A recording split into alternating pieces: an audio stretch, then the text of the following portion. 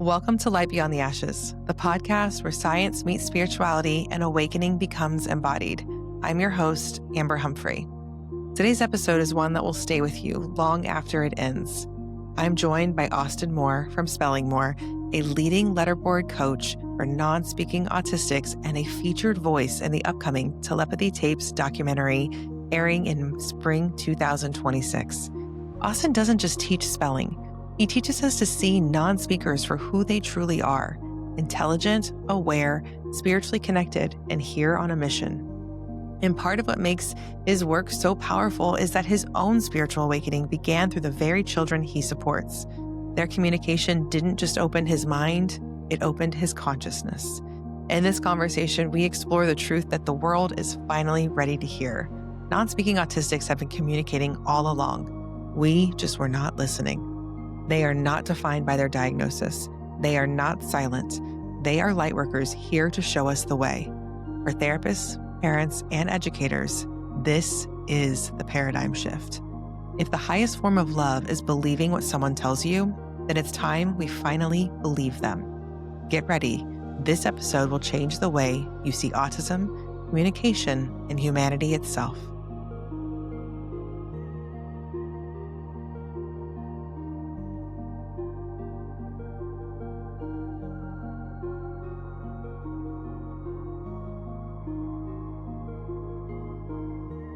Welcome to the next episode of Light Beyond the Ashes. I'm your host, Amber Humphrey, and this is the podcast where we talk about spiritual awakenings, elevated consciousness, expanded consciousness. And on this episode, we talk about non-speaking autistics and telepathy and non-local communication. This week, I have Austin Moore joining me from Spelling More on TikTok, if you've seen him. And he is a spelling coach who works with non-speakers. So Austin, welcome to the podcast. I'm so excited to have you here today. Tell the audience a little bit about yourself and how we got to know each other and how we found ourselves here. Sure. Thanks for having me on, Amber. I was born and raised here in Georgia, 18-year-old kid, knew nothing about autism, and was obviously graduating, but almost like needed direction, right? So I ended up going to 2-year college and worked with a family in Georgia, learning autism of just basic stuff at their house. But that years later included spelling when I was able to see my person get their voice. And so from that, it went word of mouth. I would hang out with different families, and slowly I realized, oh, this is going to turn into a career. So much so that I had gotten away from autism for a few years in a sales job. Oh, yeah. And I think I told you about that. Uh-huh. And after 3.5 years of that, making decent money in sales, but not loving the job itself, and knowing that something didn't feel right with what I was doing to make money. It just felt, I don't know, it felt robotic. And so I wasn't very good at it either. Honestly, I'm too nice. So I'm not a good salesman in that way, but I am good with people. So, when I found spelling, through my family and started growing the personal business that just kind of came out of nowhere, I thought, oh, cool. All right. So I start learning the spelling even more with more families. Then I get certified, and, 10 plus years later, here we are working 25 to 30 families around Metro Atlanta each week, and helping change lives through this process that changed my life, through the family I grew up with. So for people who might not know what spelling is, can you give us a little synopsis of what spelling boards are, letter boards, and how it relates to what you do with non-speaking autistics? Sure, I get it. So the ones that people will see are usually in the style of the stencil. The originator, the OG, as I call her, Soma RPM, she's there in Texas. She kind of came up with this process of the slow, purposeful poking that we can all do at the gross motor of a point to a letterboard, or a lot of my people are on a wireless keyboard now. That slow, purposeful poke to each letter is going to be more accurate and more purposeful for their language or for their communication than the very impulsive jabs or the loops that they're stuck on.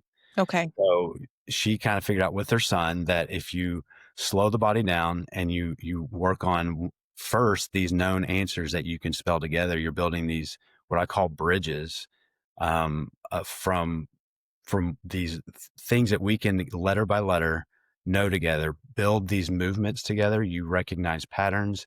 You see the things that they need more support with. You see things that they can clearly get. Down in the corner, they get this I so well, but they struggle getting the A up here. So Mhm. you have to support them each letter individually, and you learn that through those bigger letters, and then we can graduate to again, the keyboard is the ultimate, but this is where you see most people is a 26 letter, and this, in my opinion, 26 letters is infinite possibility. So Mhm.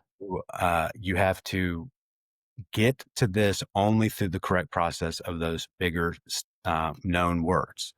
And so then the known words turn into choices, and then choices turn into opinions and sentences.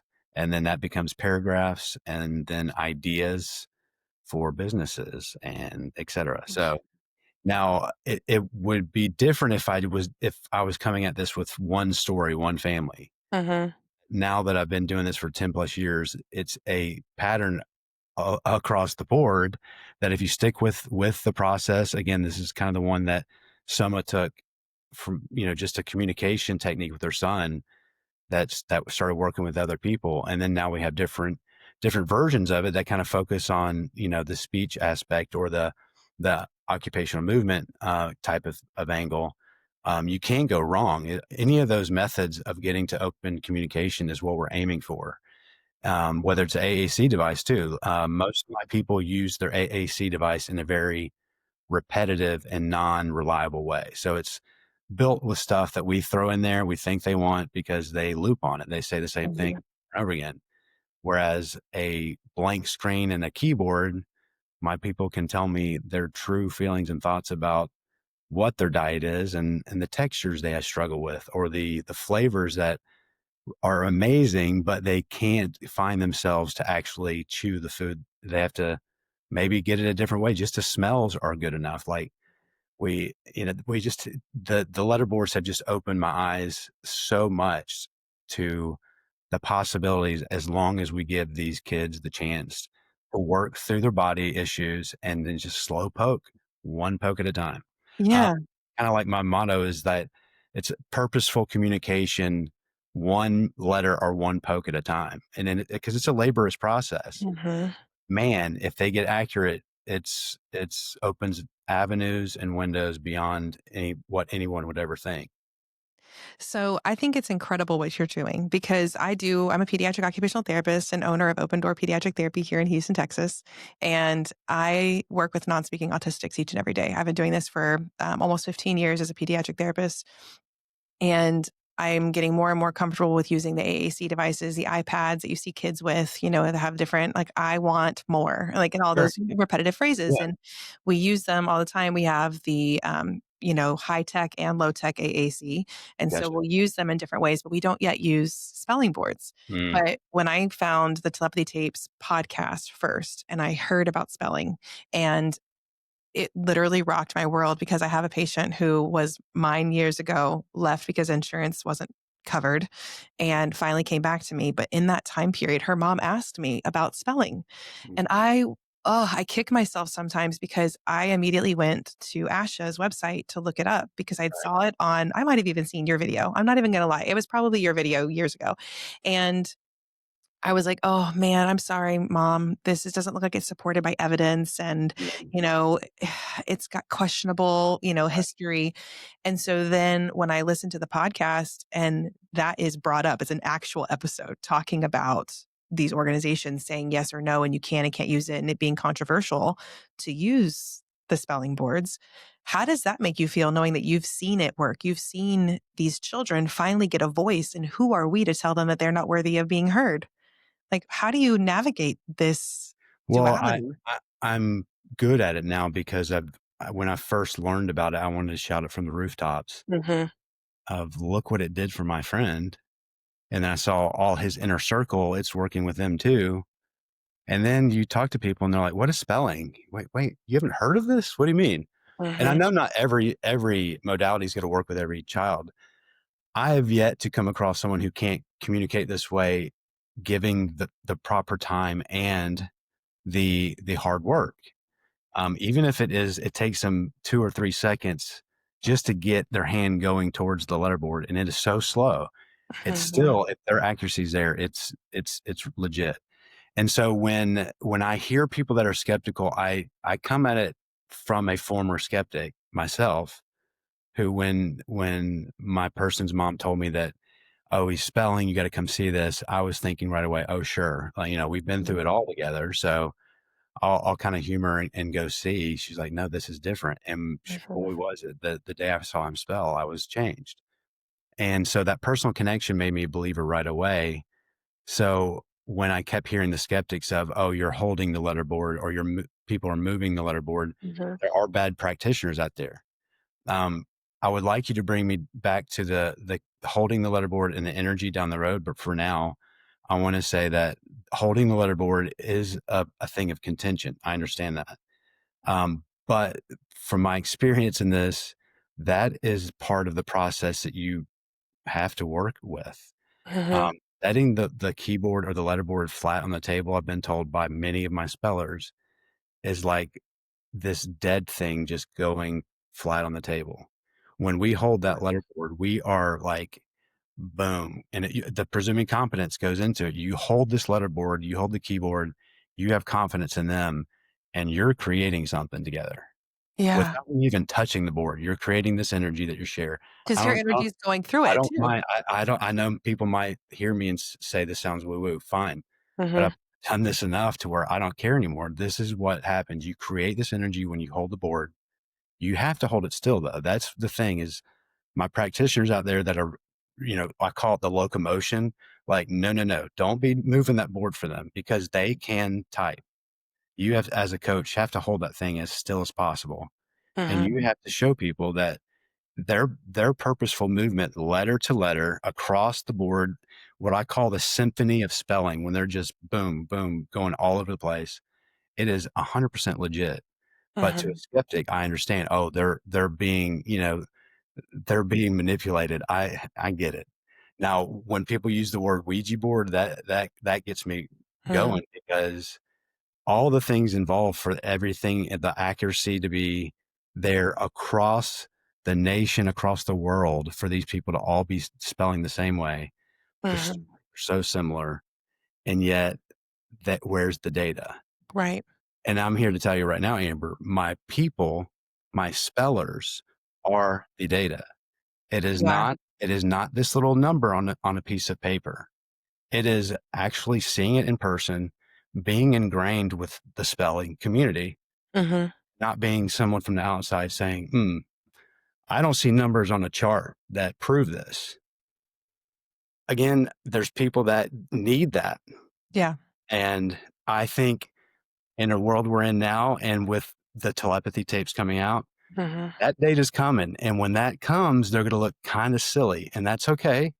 We have to be humble and just say, we've been trying to tell you that they're in there, Yeah. and that's legit. And so, as long as we can keep moving that positive message across, I think we're going to soften more hearts by just saying, we understand you want this data. Mhm. We'll get it soon.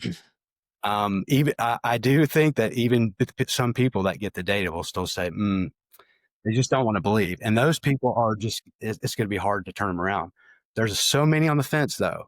Yeah. And I'm here to be Johnny Appleseed of spelling and say, just give me a chance. And I'm here to give you the chance to share with Yeah. the world Yeah. what you do and how valuable it is for our communities that we share. Because who am I? Who are they? Who are you? Who is anybody to say that someone is not valid in their communication? Can I Right. add about Asha? Okay, my wife is an SLP, but she's believed in this since day one of me doing this. Now she had to kind of play nice, and we grind our teeth sending them money, because if she doesn't pay them Mhm. money, she can't get a job anywhere if she wants to go back to work. Um, and I think that's kind of dirty, but Well, that's me. And they might get upset with me saying that, and that's fine, yeah. because, like you said, who are they to say, um, well, the data's not there. So then all of a sudden the school system just says, Mhm. fine, you're the expert. I Yeah. don't know. And And I so think that one last thing. I'm sorry, Amber. I didn't Oh, mean to go cut ahead. you off. No, yeah. Like my goal is to keep just being the squeaky wheel until someone that's high enough up to says, let me investigate this a little bit more. Mhm. Why would it be such a squeaky wheel?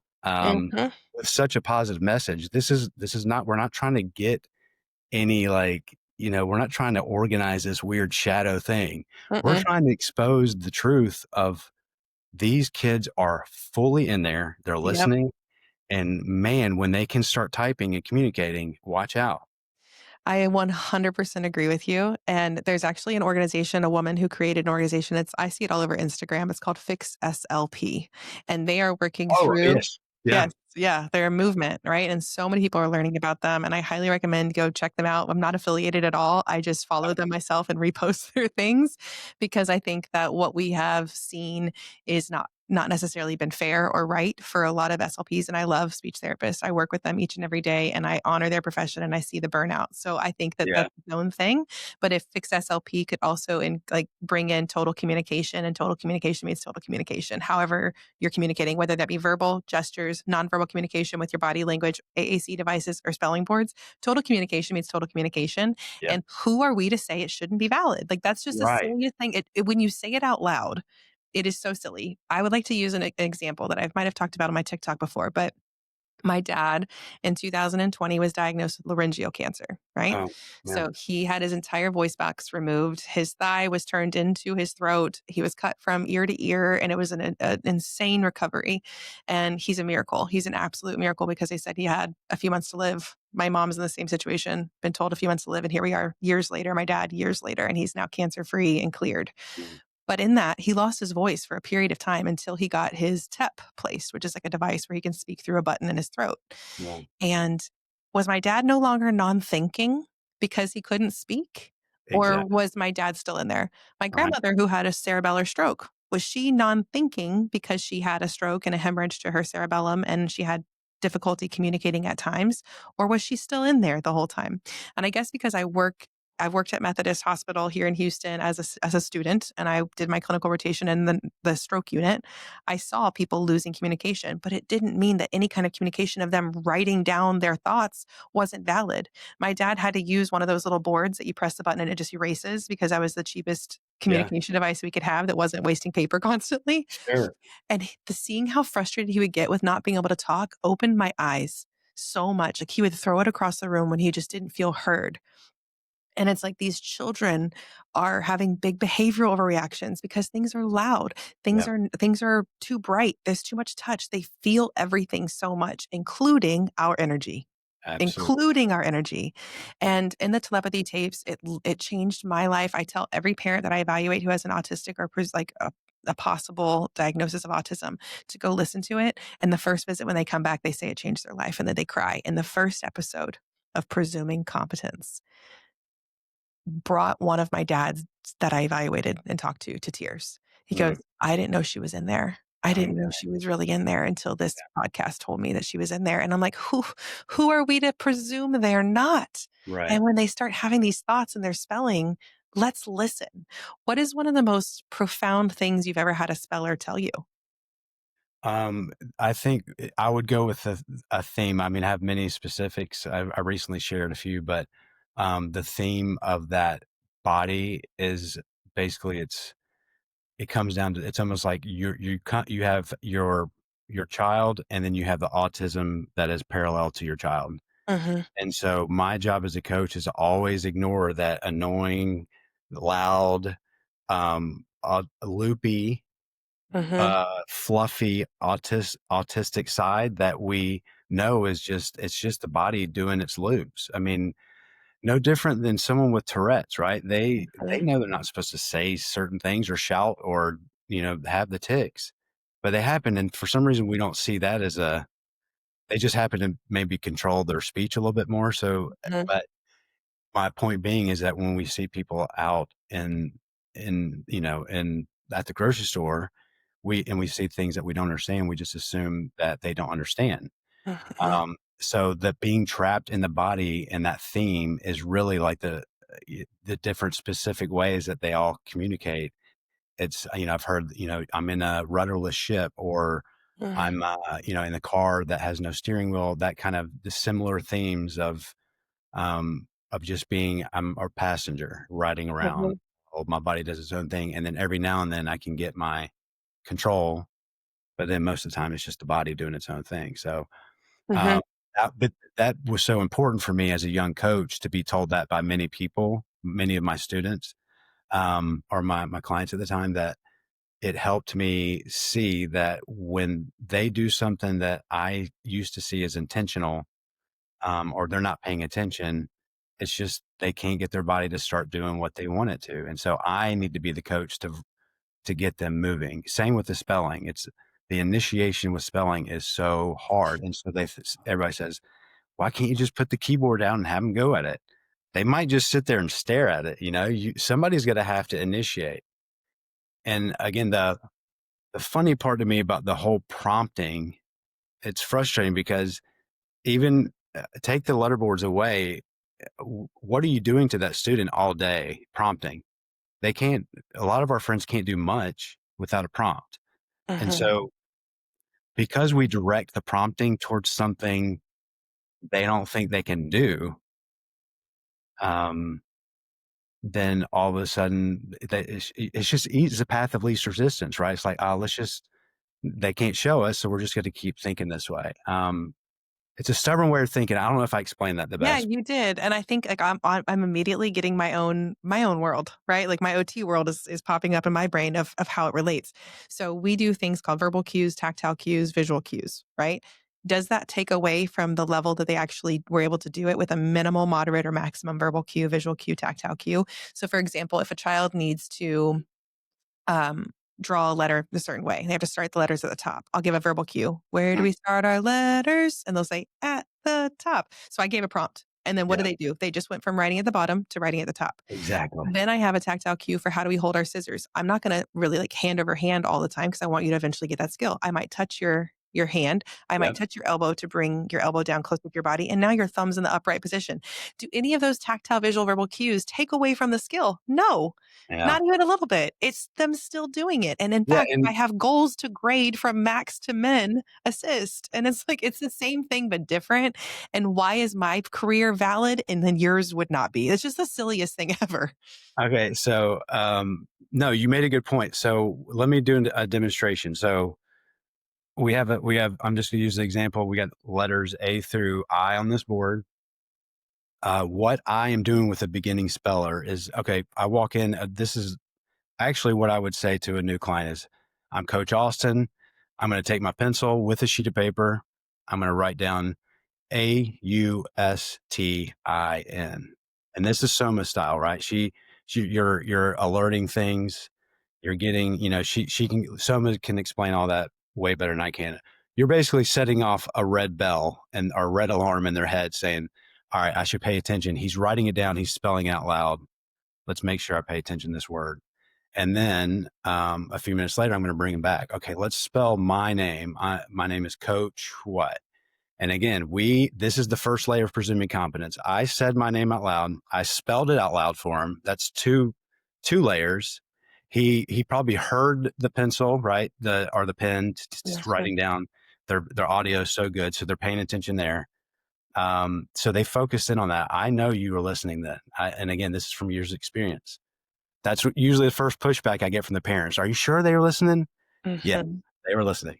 And so I'm going to go in there confident, super confident in them because I've done this to where I don't have to worry about, can you do this? I know they can. Mhm. That helps me a little bit. Where parents come in like, what do I say? I don't necessarily have that because I know that they can do it right away. So when I hold up that letter board for the A, I'm going to sit there and I'm going to watch their eyes. Okay. And this goes to what we were Mhm. talking about with the body doing all this, and Mhm. people see spellers doing this. It drives me crazy because even if they're accurate doing this, it's not good for our, quite frankly, for our cause. And I Mhm. believe in helping them as much as they can constantly with that motor. Right. So I'm always going to hold that body back when I'm going with my letterboard for the letter A. Mhm. Um, and let me adjust my seat too. Um, so when I'm, this is going to get more people to your video, right? Yeah. Yeah. You can't Yeah. just listen. You got to You come can't just see. listen, you gotta Okay. come see it. So when the A is up here in the top corner, and so when I put that down and I'm not watching the board. I'm watching my client's head, eyes, all that. And until that head's still towards the board and the eyes are going up into this quadrant, Uh-huh. until that's there, I'm going to kind of hold that jabby impulsiveness back with this hand. I'm going to be like, whoa, whoa, whoa, look, use your eyes. And when I say that, where your eyes, find the letter with your eyes, that kind of thing. Mhm. You'll see them. They'll scramble for the letter. And then when they lock into that A, they might not be going for it. It's initiation. My job is to say, yes, go. You're looking in that corner. Mhm. Get it. Same thing with the big one. The A is in the same spot up here. So when if you're looking at their eyes, you can divide this into a quadrant. If they're looking up here in quadrant with the A and they lock in, you got to be the cheerleader. Like, go, get Go, it. go, go. Yes. Yeah. Why you're not saying touch A because they know it. You're saying get your body moving. Go. And then that becomes so the prompt, the little elbow tap. I do that all the time. Tap, Mhm. tap. And then I'm back. Like it's them. They got to get there.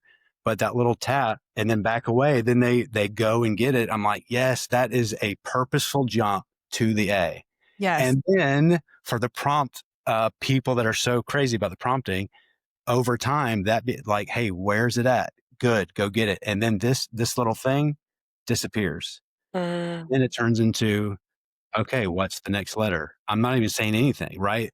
All that fades, but it has to fade at the right times. Right. People are very anxious to jump ahead, which can make spelling look bad. Yeah. Mm, People can get anxious to show it off when it's not quite there yet, Yeah. which can make it look bad. But again, to go back to our conversation about ASHA, I would like to know how many of the people making those decisions are physically working with the speller. Right. If it's zero, I would argue, why are you listening to them about spelling? Right. I'm not the best expert to listen to on spelling. I'm a country boy from Georgia that is really good with our people, and I'm Mhm. pretty darn good at spelling.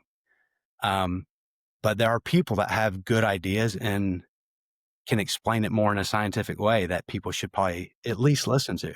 For me, all I'm thinking of is how, as an OT, can I teach families how to prep the body so they have greater body awareness to improve praxis, right? Because some kids are dyspraxic or have apraxia, which Yep. means you have, poor motor planning. And so if you don't have the motor planning to be able to even like do that finger pointing forward, well, what can I do? I can do therapeutic brushing on your body. I can do joint compressions. I can Yeah. do heavy work, right? We can do animal Body crawls. mapping, Yeah, pressing. Yeah. body mapping. We're doing exactly. You can do all of these different sensory strategies to the tactile and proprioceptive centers of the body to then prep the body even further for Yeah. accuracy. And I'm not touching you at all. But now Yeah. I've shown you where your arm is in space because a lot of times I'm like, all right, put your arm out in front of me like this. And the child will not be able to motor plan that because they don't know how to move their body because sometimes they don't even know they have arms. Like Yeah. you can have a child draw a picture of themselves and they'll draw just a circle and eyes and like little fingers and things shooting off of them. There's no arms, there's no legs, there's no feet.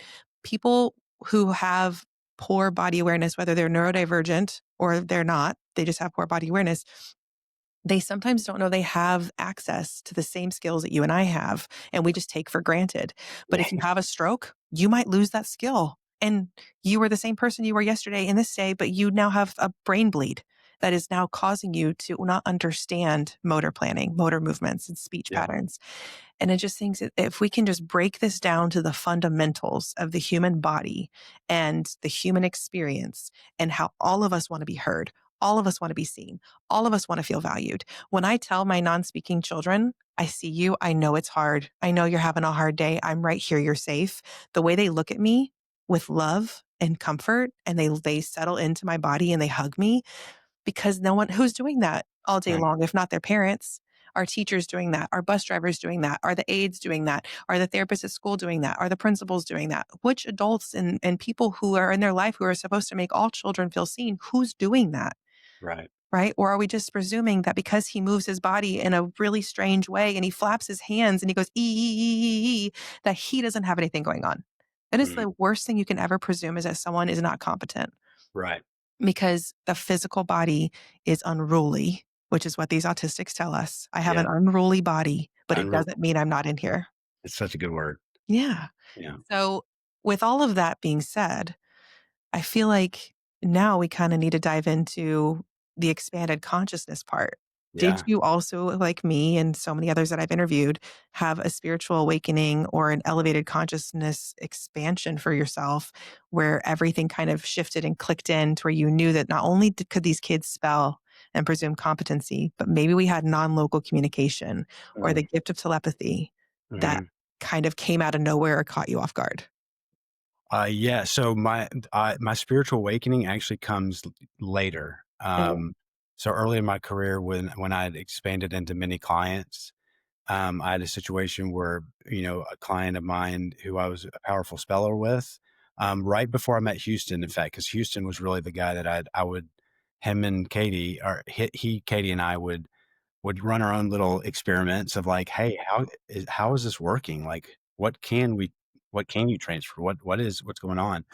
Um, I'd come to this lesson we were doing, and I felt like, man, I feel like the word that I was just thinking they typed, and because it was a very unique word. Mhm. So, and then I tried it with the next time I saw that person, and I thought, what is going on? And so then when I actually asked the parent about this, they kind of confirmed, like, yeah, that happened to me too. And so then I was questioning, wait a minute, what?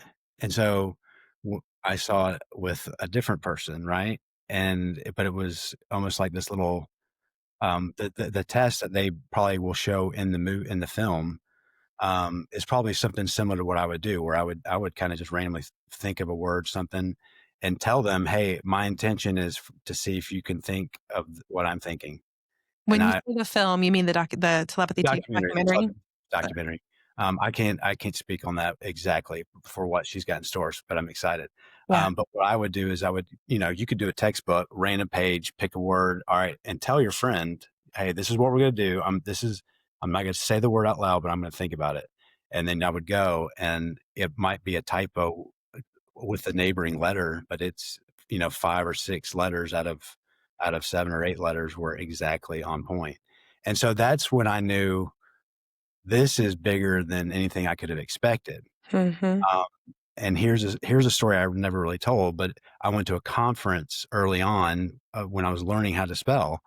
And after one of the breakout sessions, a mom had the bravery to stand up as everyone was leaving to say, she shouted in this giant auditorium, has anyone experienced a situation where you think your son or daughter is reading your mind? I got chills. And yeah, but so my ears perked up and my heart rate, I was like, "Yes, Mhm. please somebody talk about this. I feel alone a little bit. What's going on?" And everyone walked away.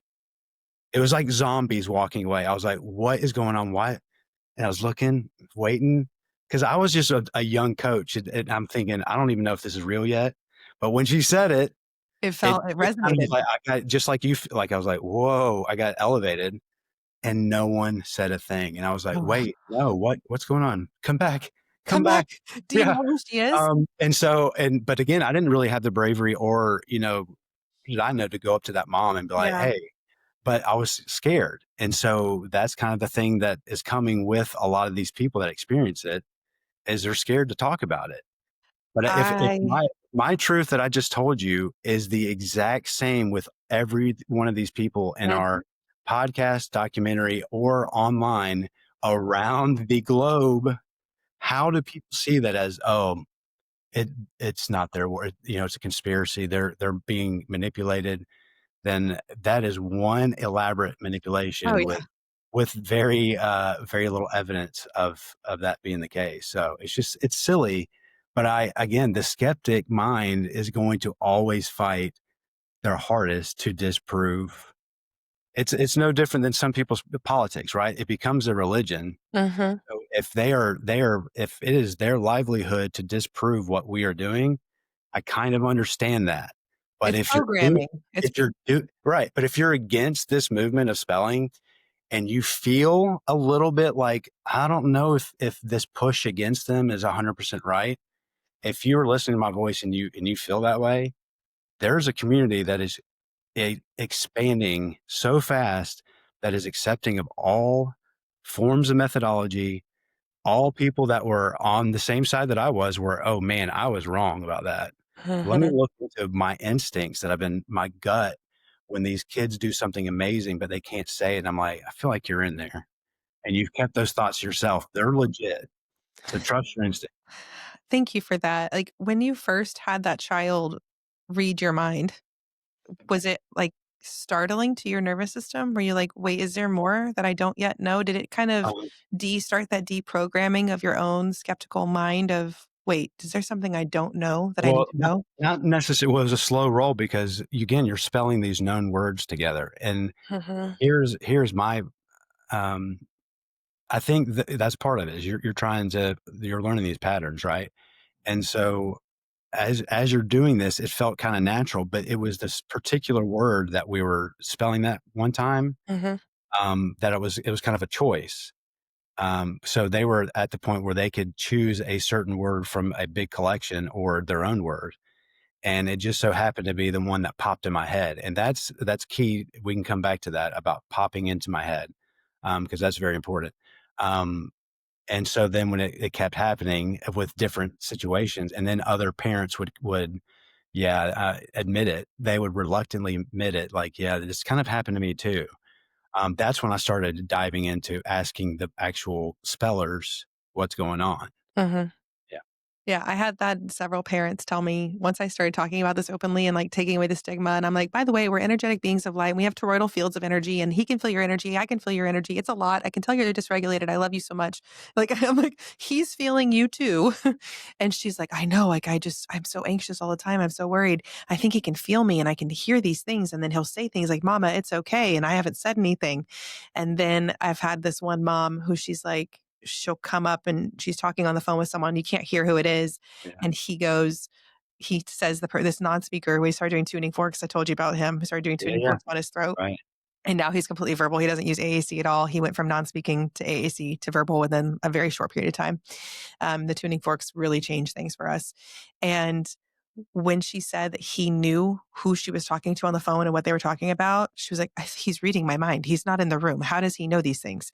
And then there was another, like, where the snacks were or something like that. And like he knew Mhm. what the snacks were. Yeah. I had a patient who I was working with who's got like the big movements, chorea movements, and he's like a little bit looks like CP, but not. And then also non-speaking autistic, and has a device, but it was an eye gaze computer and it was so bulky. He never brought it anywhere. We finally got him an iPad that he can use now, but that motor planning is really tricky. It is. And I put my head to his head when he was having a really hard day. And I just said, "What do you need?" Like with my mind, "What do you need?" And I heard weighted blanket. And I asked my assistant, I said, "Can you please go get the weighted blanket?" I put the weighted blanket around his shoulders and he goes, and I heard him say, "Thank you." And I was like, "Oh my God, did I just have telepathy?" But the thing is, right, like, but people without the knowledge of what the telepathy or the non-local communication, the people have had those moments and been like, "What was that?" Mhm. And so people that are again hearing us talk, and you have had one of these moments that we're talking about, you gotta share it because it makes Yeah. you one makes you feel better Mhm. talking about it. I mean, it is kind of like a recovery thing. It's like when you Yeah. get out in the open. Oh man, it is such a relief because it's real. So let's Mhm. talk about it. Why are we gonna hide behind it?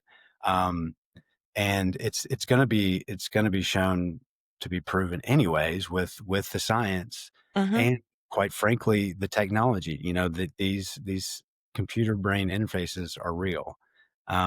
And I think it's a matter of time before one of our friends, Elon, if you're listening, I'd love to be part of it. Like, let's put one on these non-speakers' minds if it's non-invasive and it's voluntary, and we can get that technology going, because then it'll gladly put me out of a job. But man, wait till that happens. Then they can just say flat out what they're thinking, not this best worded facsimile that they get through spelling, right? Yeah. Like they're going to be able to instantly say everything without this slow roll of, all right, let me pick the best word that Coach Austin knows what I'm talking about, this and that. It's like this arduous process. They keep saying, and especially it's a theme in the documentary, is that, the spelling is for us, it's not for them. Um, Hmm. when he told me that, and I was like, beautiful, because it is. It's for us to Yes. understand them. They understand each other. They Hmm. understand themselves. It's us that are like, oh, we don't understand you. We're going to treat you differently. But through the spelling, it's so magical, and they take the time. They take the time to let us get to know them through the spelling, because it's not an easy process. No, and I think what's some people may or may not know this about me just yet. I haven't really dived all the way in on my gifts yet on the podcast. On my TikTok, yes. But I'm getting more and more brave of not being afraid of my truth and what's really happened in my life. And when I had my spontaneous spiritual awakening, I started very, very much getting clairaudience, right? I talk about the senses a lot on here. I talk about our five senses. I talk about interoception, your internal sense of emotions, and going to the bathroom and thirst and hunger, proprioception, where your body is in space, vestibular, where your head is in space. And then there's your clairaudience, clairvoyance, clairsentience, and claircognizance, the seeing, the feeling, the knowing, the hearing. I got those. It was unexpected and it's been a wild ride. But so now I can channel with higher dimensional beings. I can channel with other people. I can channel into your energy fields. And I don't know how, other than everything is one consciousness. We all come from one and we share non local communication. And this is just the quantum realm. And when Yeah. you work in the quantum realm, like I do each and every day, and I can tap in and somehow I'm accurate. Like somehow I'm accurate. Like I don't know you very well, but if you allow me in your energy and I get in, I feel your pain. I feel your deepest hurts. I know the things that have happened to you. And then I confirm and tell you that it's you're safe to heal those things. That's what I do with Reiki and tuning forks and my channeling and my own healing outside of my company. Sure. But with the adults that I'm working with, I'm seeing how powerful this is. And they're like, how did you know that? And I'm like, your energy is Mm. telling me, you're allowing me, your higher self is telling me what I need to know. And when you're experiencing telepathy or non local communication, it sounds woo woo. It sounds weird. That sounds crazy. And people have made fun of me and mocked me, and I don't care anymore. Yeah, But I get, people can make fun all they want. Like, they yes, can't deny all these truths. it just gives so much peace to people. And it's so much more profound and honest in communication than verbal communication. People lie, people cheat and steal, Yeah, people are dishonest in a lot of different ways, and their energy is saying one thing and their words are saying another. And when you have telepathic communication, there's it's no way around it. honest. Yeah, And non speakers will tell you that energy doesn't lie. it doesn't. And I just think this is the new way, and we're stepping into a new era. And I believe with all that I am that autistics are at the heart of the new earth, because Oh, they are it's right. elevated. They're elevated beings of light. Right. They pick up, one of my typers said something about I think I've heard it before, the radio tuner. Hmm. Their tuners is just, it's so specific, and so it's high and low compared to Hmm. us being in this little chunk of normal Hmm. beyond, and so they pick up on waves that we can't see or hear, and it affects them greatly. And again, this is from their words, Hmm. not something that I know a little bit about science, but not enough to be able to explain waves and how it affects their bodies and this and that. So that's another confirmation for me, is like they're teaching me by using words that I know and putting them in these interesting sentences of how they explain it, Hmm. and how their body's working and all that. So I feel like communication through telepathy or this non-local communication is just more honest and pure. And there's not that room for dishonesty. And these children are their teachers. They're telling us the way forward. And I feel like when you're working with them and you're getting their honest communication through the letterboards, you're getting a glimpse into, I think, hidden sacred knowledge. And what you were, I think, talking about earlier was how we have the different frequencies, the different Mm, frequency bands, yeah, and we're in this normal frequency and they have the highs and the yeah, lows. that's And right. so trying to dive our way back into that is, I feel like we just can't yet access their frequencies. And I think it's why we don't understand them. Yeah, and that's in the documentary, about how I truly believe too that it's instinctual to me that I feel like we have this ability and that we lost it. Uh-huh. Some point the talking became more advantageous to our species, quite frankly, Mhm.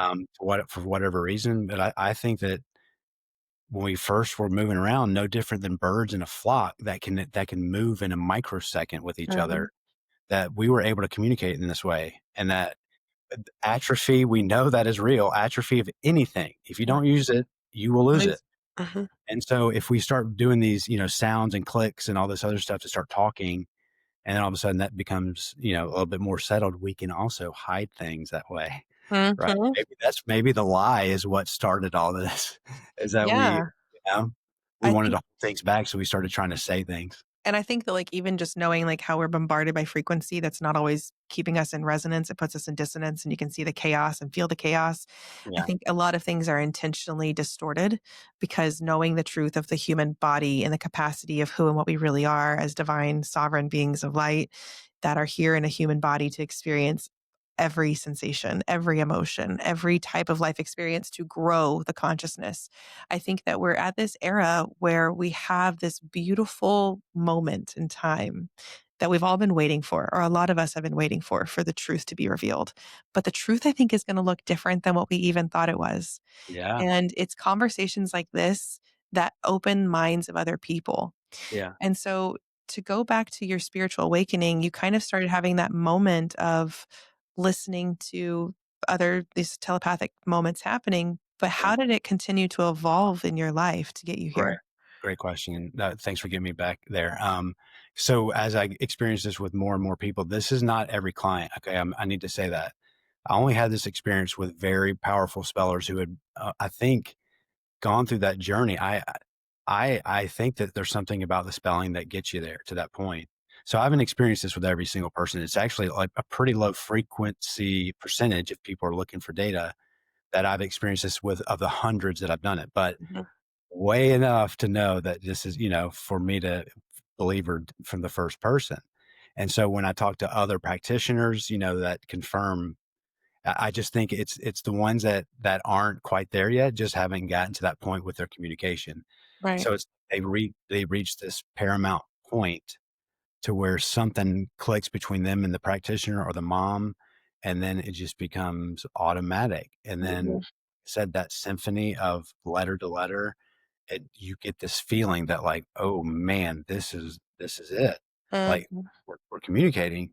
It feels different than that rigid trying to spell one word answers at the beginning. It feels almost like a very therapeutic. Let's do this, let's do that, Mhm. because you have to build those neural pathways. Mhm. And I always joke to my parents, but it's a good analogy of, I'm a batting coach and we're in the batting cage with your student. And right now we're putting the ball on the tee and they're touching one letter and they're just trying to make contact. And Mhm. then a little bit later, I'm going to ask him, hey, what was that word we said earlier without saying it? That's that second layer of presuming competence. You spell that. That's like me throwing him a pitch. Mhm. Then, the open typing communication, we're on the big leagues, we're on the big field and I'm throwing them curveballs and, hey, I'm going to challenge you, this and that. And that's when they realize like, oh, I can say anything I want. Um, and so again, those parents are just, they get kind of stuck on putting the ball on the tee. Yeah. That's fine. But I will, if I can work with them long enough, I can kind of get them over that hump. Um, Now, I need to go back just a little bit more as they're telling me all these things about their body and teaching me, quite frankly, about spirituality, because I've always had faith a little bit on the outskirts. Mhm. It wasn't until my 30s that I really started. I went through some stuff personally that my faith got stronger, but it was through their positivity. And again, I've told this story before, but it's not, they weren't typing words to me like, Austin, pick yourself up. You can do better. It Mhm. was their words about our lessons, their situations, their honesty about their life, and their humility about, um, or their grace, I should say, and the humility that we need. I'm so sorry. I can't believe, this and this, that you go through that. Um, they're the ones that have taught me so much empathy. They've taught me patience, and they taught me that, basically you need that belief in something bigger than yourself. The Mhm. ego is going to crush all man, And so once I started putting my ego in the back seat and started thinking from a way of love and optimism and try not to view everything in a negative, like a pessimistic way, that's when all of a sudden this giant shift happens. And then I know specifically, it was the summer of 22 that I had my moment. It's my spiritual awakening, where I was able to really knock down some things that were, dark things in my mind, Mhm. and I was able to release those things completely. Um, the spirituality became even stronger, but that moment in the summer of 22 was my spiritual awakening. Of I think from this moment forward, I gotta live this way, and I can't beat myself up of who I used or what I was 2, 3 years ago or even 6 months ago. Um, and it was just that kind of thing where I was like, "These students have no reason, to talk to me or to share their words, but they're sharing it to the world and bringing someone like me up just through their energy and their positivity." Mhm. Yeah, it's changed my life. Did you walk through a dark night of the soul? So, yeah, I mean, I can be very open about my struggle. So I was very stereotypical party guy, and high school started too early drinking, partying. I was in a rock band in high school, Cool. college. So I thought I was really cool, right? So Mhm. the party lifestyle became. I was able to easily control it while I'm going through school and getting my work done, and then party, party, party. Well, then when I did the office job for a while, I told you about, that becomes kind of part of the culture. And so I learned to live for the drink. And so it was the the definition of a functioning alcoholic where I could go all week without drinking, no big deal. But man, I was itching. And then slowly that time started getting shorter and shorter. So then at one point I realized this is all I'm thinking about, and then it was affecting my work, to the point where, I was drinking, and but it wasn't overdoing it. I thought I was fooling a lot of people. Mhm. It affected my life, and then I would do fits and starts with recovery, and finally, again, around it was 2022, or no, 2020, COVID year, that Mhm. December of COVID year where it was the last time I've had a drink, and it was through the fits and starts, but the positivity of taking that energy of the first thing I think of is I'm gonna cover what I'm feeling with alcohol Mhm. and think of it, turn it around into something positive.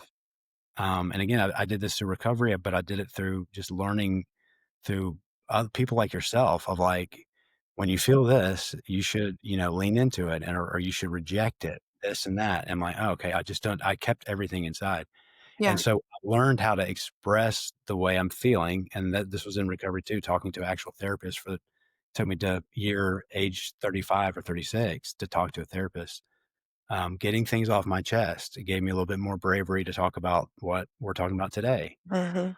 And, and then finally, when it comes to sharing with the world, it takes a little bit of bravery with I wanted people to think about me, and I'm past that. But Mhm.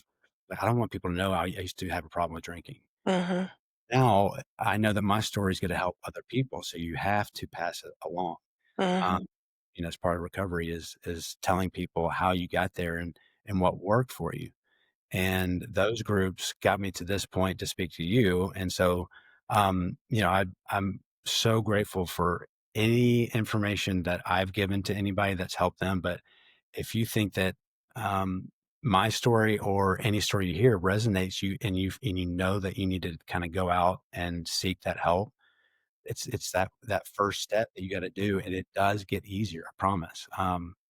So yeah, so the recovery thing was something that it took me fits and starts to get, and I always have to have my shield up because alcohol is just so social. I'm really encouraged seeing the stats of like this new generation Mhm. not drinking as much, because I feel like if it wasn't just so socially accepted the way it is, it may be, everything's in the past. I shouldn't even say it, but, I'm encouraged in the way things are going with that because it's poison, but Mhm. it can be addicting, right? So it's just I replaced alcohol, with sugar, right? So now I gotta watch my sugar. It's one of those things where it's my Yeah. person.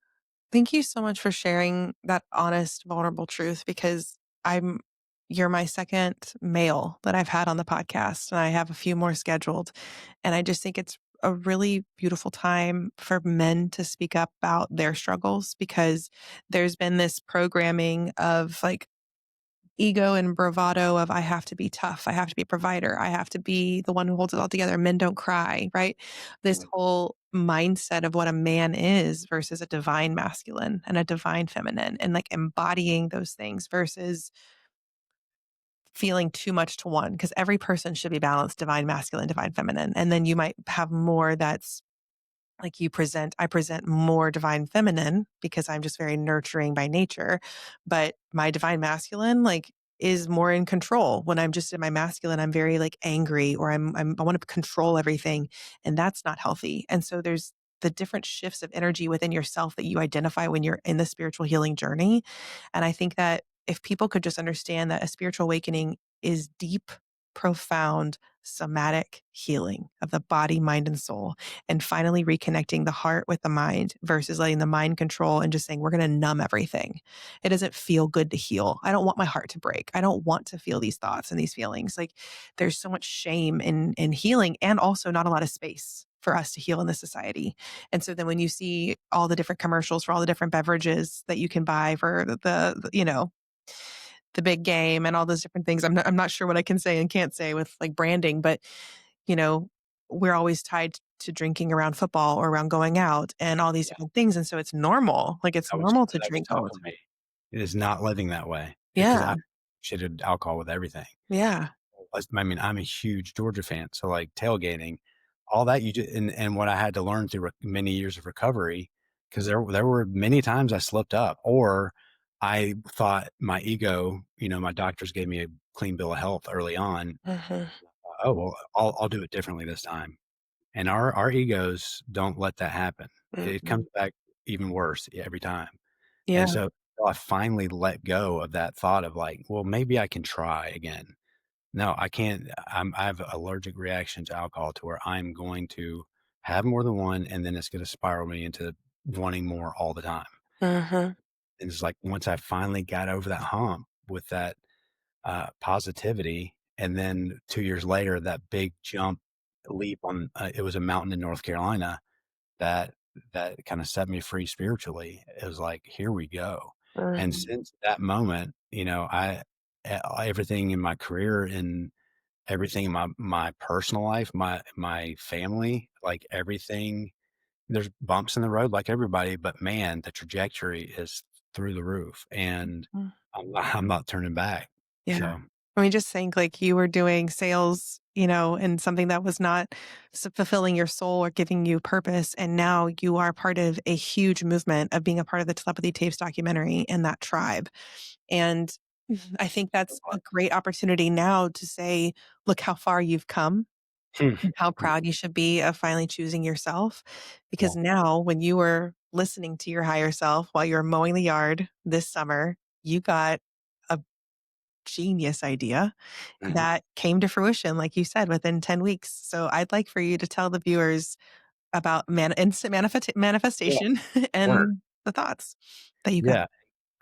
So I've been part of this community for 10 years now, so there are so many good instructional and informational conferences that are put on. Soma Mhm. RPM, amazing. She I don't none of us would be here without Soma. So she needs to be I don't hear her name praised enough on platforms, but Soma, deserves all the praise. Her stuff is so good. Elizabeth Vossler, who I learned so much from, and I personally, like, I emulate her style a little bit more. Mhm. I learned just again so much early on from EV that her course is very very much like a college course to me, in my opinion. Now it's been many years since I've taken it, but that I needed that instruction because I like that structure, and she taught me so much from this SLP side of things, Mhm. which is again, it's so funny that she's fighting with them as an SLP, but. Elizabeth Vossler, the I Ask, that all that, if you want to look into any training with them, that's so good. And then the Speller's Method people, they're also doing great things. We also have free resources out there. So to mention all those different methods, they all have their meetings or conferences, and they're all amazing things. So look into those things. My thought was, when I was thinking, cutting the grass that day, was it'd be cool to get everyone together, not necessarily. And there's many, people that do RPM go to those other conferences. That's not what I mean. I just meant that certain groups, I guess, not the national ones, but I feel like there's pockets of Mhm. division, if you will. And so my idea is like, let's just for one time a year come together and say, we're not gonna go after anybody. We're gonna come together and kind of be together with the energies, the positive energies we have of what presuming competence has brought to this world, and Mhm. then the spelling on top of it. The spelling has, but uh, all but brought us together. So there's also this gigantic elephant in the room of non-local communication, that people don't want to talk about. Mhm. And here's the thing: this group of presuming confess, we're gonna talk about it all. And it's similar to the group that's doing the telepathy tapes. They're not scared to talk about it. But what we're trying to do is get this group together of every modality, every people like yourself with the energy, like how we all get together with this positive energy and unite. Mhm. Then we get together this festival, talk about things, learn from each other, relax, and learn how to take care of parents. Learn how to take care of themselves through experts like Sarah Antonata, who's amazing. I just met her, and that's somebody I want to introduce you to as well. Okay.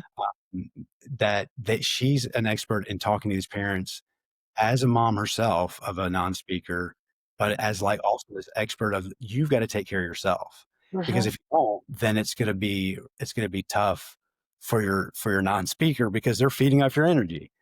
Good And point. so once we can get, so we're trying to unite all the groups, but also unite our consciousness. Yeah. Like you said, uprising to our highest energies, like Eileen would tell you, Mhm. um, elevating ourselves to the highest energies and staying there as best we can. It's impossible to stay, right? But if we keep shielding the negativity that comes at us, Mhm. there's the non-believers. I'm confident that we're going to get more and more people as the evidence comes out, as the film comes out, Yeah. as those people that have had those gut feelings that are scared to talk or to speak out because their administration is going to say it's not evidence based. Um, Mhm. I'm done with all those people until they want to come and just watch. If you Right. want to come watch and even work with one of these kids, then maybe I could say you might have a leg to stand on to deny it. But Yeah. my challenge I've had one person come and shadow me. I've only had one. So if I've thrown out this challenge to anyone, I'm going to throw it out again. Come watch me for a day. You got to come to Atlanta, but I'm an open book, and most of my clients are pretty open book. And they'll tell you their story, and it's going to be slightly different from the next, Mhm. slightly different from the next, and there's no coercion there. Like, I'm not saying, "Hey, I got somebody coming in town, fluff it up for me." Like, I'll give people references that they can call Mhm. day after day, and I mean, some people, you lead that horse to water, and they're Yeah. refusing to drink no matter what. I think that that would be amazing if we just had non-believers go watch. Like, that'd be life-changing, I think, for them, and it would expand their consciousness. It might prompt them to go through a spiritual awakening of, "What else so do I not yet know?" But I think what I like the most about what you're doing is you are creating, in a way, these healing pods, like these healing groups, these healing bubbles. We can call it, Presume Comp Fest. We can call it the Telepathy Tapes. In those sectors, there's true healing that's happening. The Right. families are feeling believed. The children are feeling believed. The therapists are feeling believed. We're not feeling crazy. We're not being made fun of. We feel safe to finally be ourselves. And when I've gone to my spiritual retreats for my spiritual bestie weekends, we do healing on each other. It's amazing. We are just women who want to not be hurting anymore. And so we meet each other off the internet from TikTok, and we go to a retreat, and we stay at an Airbnb, and we just heal. And Mm. it's when I watched your TikTok video of seeing the children feel so safe. The families look The parents so kept safe. saying that. Yeah. The kids looked at ease. I know what it looks like for an autistic to not feel safe. I know what those hypervigilance signs are, right? And I saw Houston and I saw other people there and I saw the shirt that you're wearing Yeah, from yeah, yeah, johnpaul.org. Libby yeah, was there. yeah. And it's just to see families feel safe is the ultimate goal. That's what the first thing that most of the parents of the non-speakers that were there were saying. Stone was one of our friends that was there, and him and his dad are just amazing on the boards. And he's good about he'll bring a clear one so people can watch him spell through the board, Mhm, and that's helpful for people that are new to spelling. mhm. So they're going around presenting to congressmen, to all kind. They're making moves, and I'll tag all them when we put these videos up. Yeah. It's a great follow.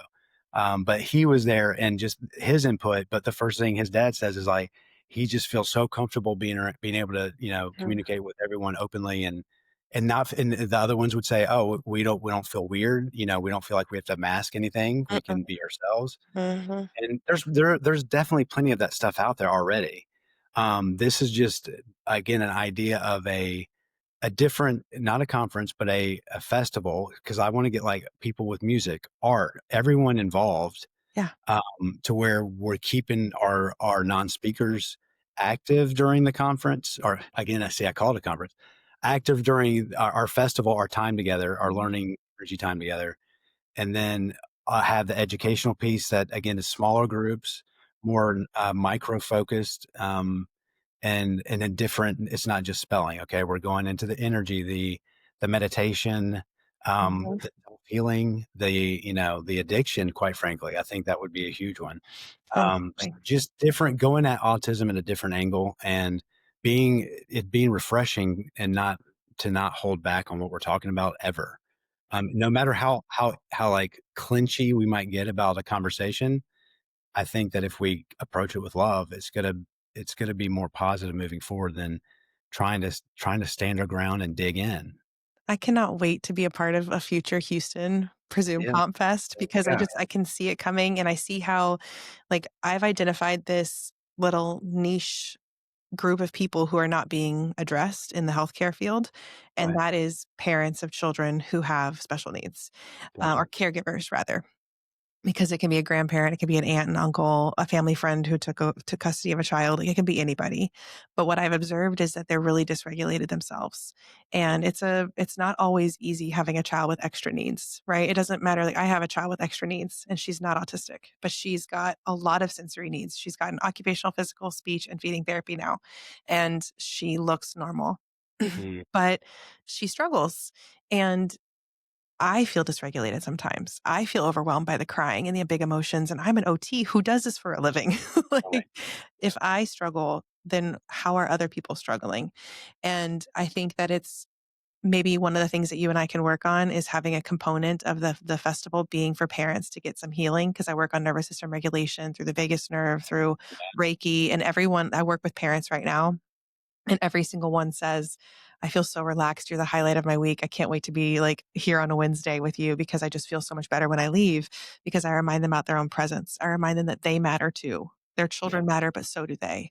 And I think when you look at the whole family through this spiritual awakened lens, you finally see the whole picture. And like practitioners like yourself and Eileen Email and all these other wonderful people who are out there who are helping, who are paving the way, the new earth with these children, with these families that we don't have to just medicate them and put them in a room and ignore them. We can right. actually listen and honor their unique neurodivergency that they bring to the table and learn something from them. Like, isn't that what we all want? Like at the end of the day, isn't that what we all want? Absolutely. And you just made me think of something that I wanted to talk to you about as we're doing this is, make a proclamation out there that I need help. Like, Mhm. as coaches, we need help. And so if you're in the school system yourself looking for a different avenue, um, if you're a therapist, I was trained in ABA. If you're a behavior therapist and you're thinking, man, this doesn't feel right exactly the way I did when I worked with my friend, um, and there's something else out there, Mhm. and you're telling you maybe I'm doing the wrong thing, just like I was doing, and that making those sales calls. Um, come find out about spelling and if get try to get trained through one that there's plenty of options out there and you cannot go wrong. You just have to get started. Mhm. Again, I've had one person come in shadow, but they were interested in maybe becoming a coach. I hope person, but I hope that maybe I know I made an impact, but I don't know if it scared them off, right? Some of our friends, their bodies can be nerve wracking to someone who doesn't understand autism or is new to it, right? Mhm. Or just new to different body types, especially those that are physical sometimes. Mhm. Uh, but I think no matter what, I definitely planted a seed with him that hopefully he'll never forget. And so whether you're for spelling or against spelling, you're always welcome to shadow me, and I hope I'll make a believer out of you by the end of the day.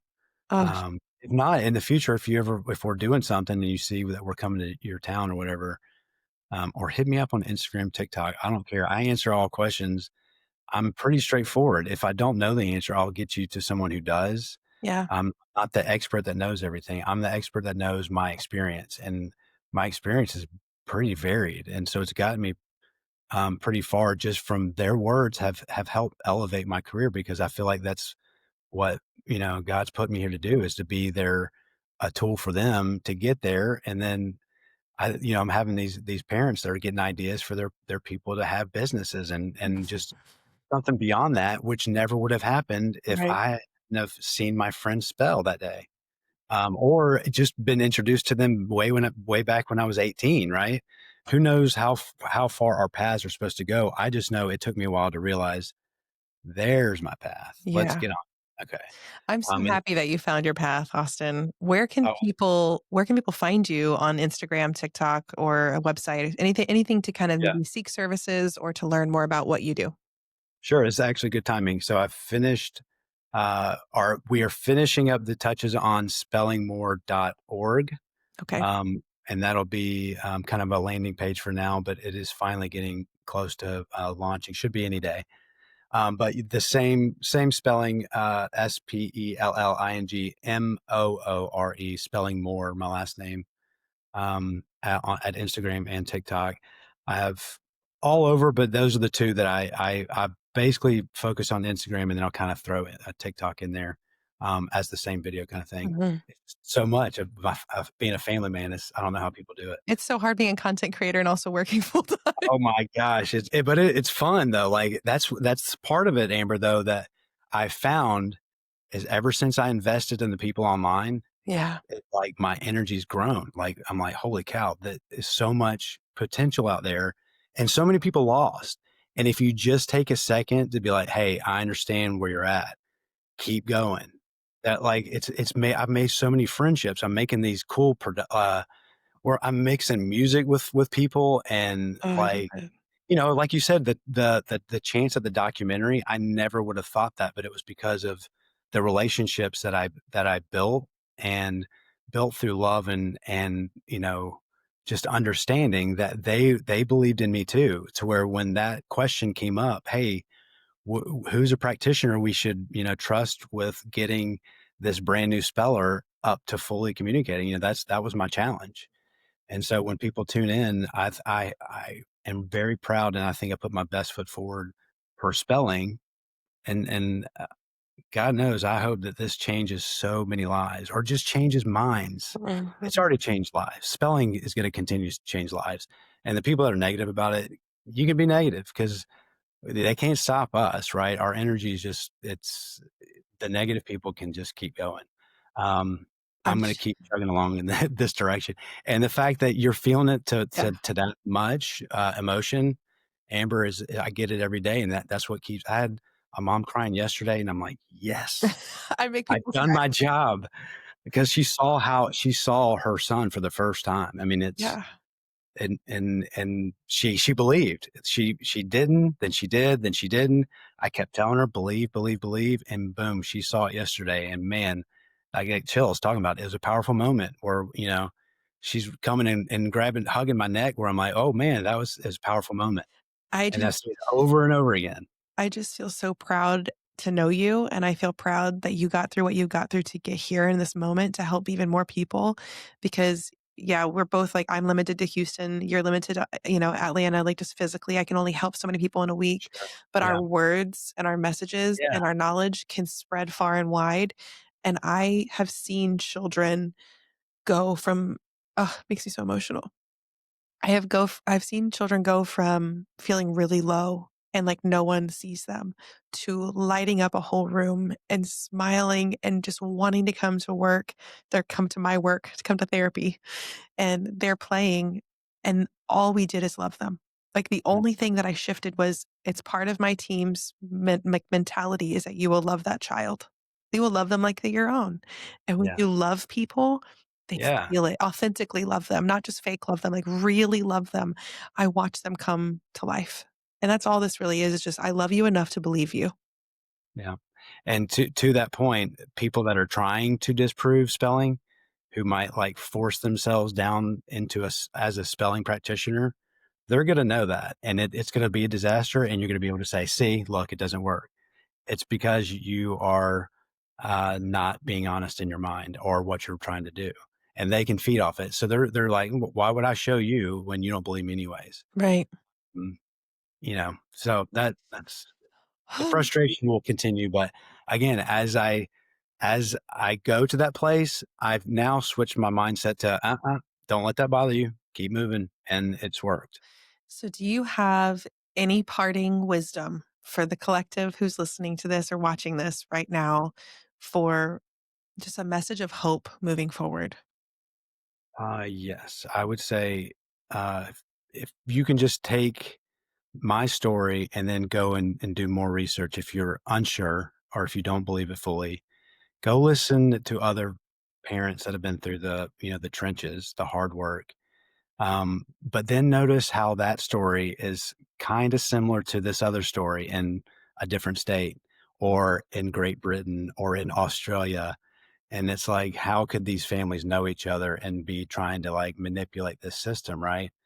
And so, again, if people just kind of do their own digging instead of just taking a statement from a corporation that, makes a lot of money. And from what I see from it is basically just a little card that says that she's an SLP.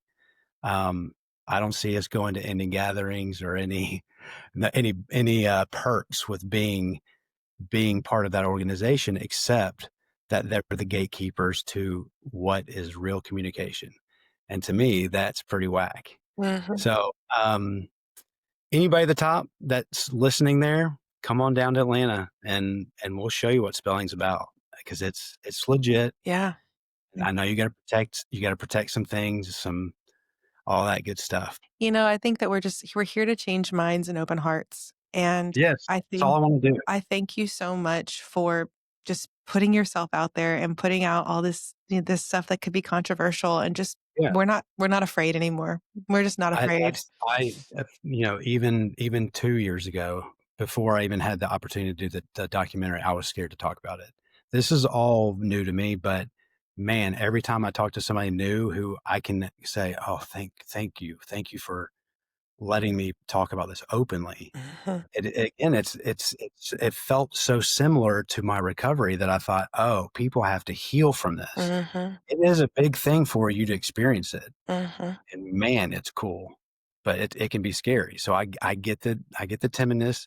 We got to. I think the telepathy, obviously, that word scares people, but I think that's a word that's probably it's a misnomer. I think this is a Bigger. big, big bowl of consciousness that we live in, and I think there's something that has organized it all. But until we get to that point, we just got to keep thriving for positive things. With that, thank you so much. Everybody keep an eye out for 2026 to see Austin Moore and crew on the Telepathy Tapes documentary. Check out the I think they Telepathy said spring, Spring spring maybe. Spring Yeah. 2026, and then we also have the Telepathy Tapes, podcast that you can go check out to kinda hear more about what we've been talking about. Shout out to episode 10 to listen to the non-speakers Yes. and listen to their Love, hearts. love, love. Yeah. Love, love, love. Thank you so much for being here. I'm so excited for the viewers to hear and what we have to say today. And this is Light Beyond the Ashes. We have no fear. We are rising together. And just a reminder that when I heal, you heal. And when you heal, I heal. And when we heal, we rise. Thank you so much, everybody. Until next time. Bye.